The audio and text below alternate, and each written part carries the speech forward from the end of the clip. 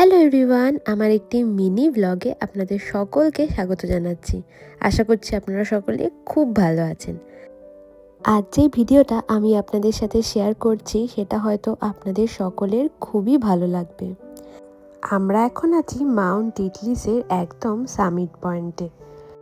আর এই মাউন্ট টিটলিসেই কিন্তু খুবই বিখ্যাত একটা সিনেমার শুটিং হয়েছিল, ডিডিএলজি।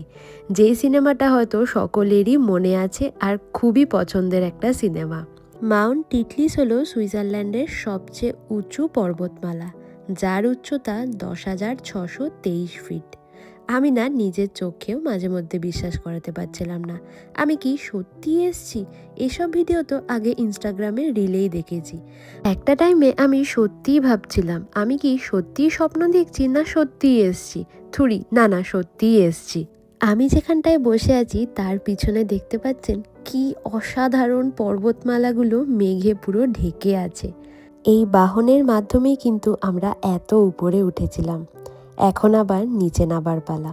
আর এই কেবিল কারটা কিন্তু রিভলভিং, যেটা পৃথিবীর মধ্যে প্রথম। এই রিভলভিং কেবিল কার সুইজারল্যান্ড থেকেই শুরু হয়।